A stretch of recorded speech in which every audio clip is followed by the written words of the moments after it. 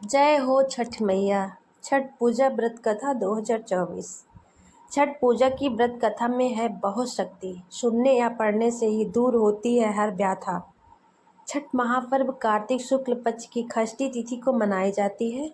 छठ महाव्रत को करना बहुत पुण्यदायी होता है।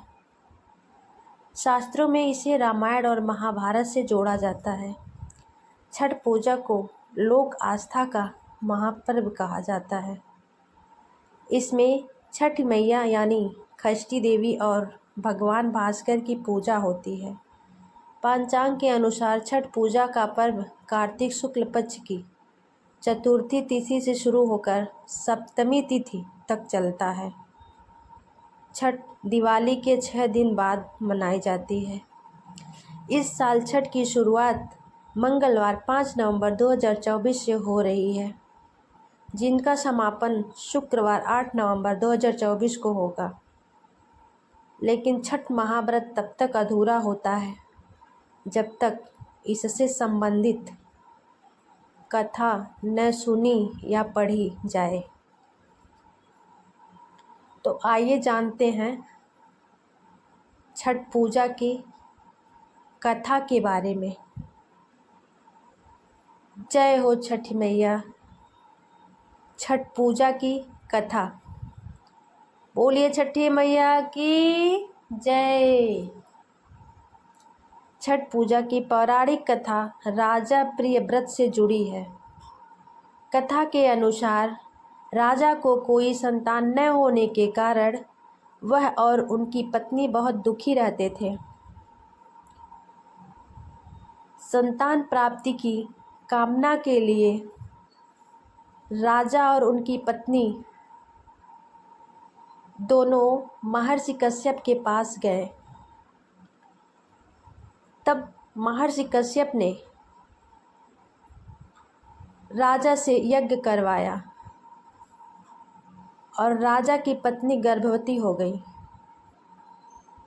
उसने 9 माह पूरे होने के बाद एक सुंदर पुत्र को जन्म दिया, लेकिन वह मरा हुआ पैदा हुआ, जिसके बाद राजा और उनकी पत्नी पहले से और अधिक दुखी हो गए।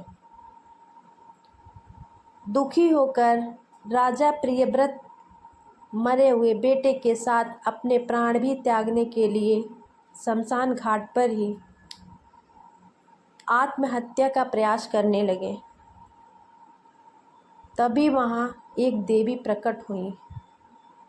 देवी ने कहा, मैं ब्रह्मा की पुत्री देवसेना हूँ और मैं सृष्टि की मूल प्रवृत्ति के 6ठे अंश से उत्पन्न हुई हूँ और मैं षष्ठी देवी हूँ।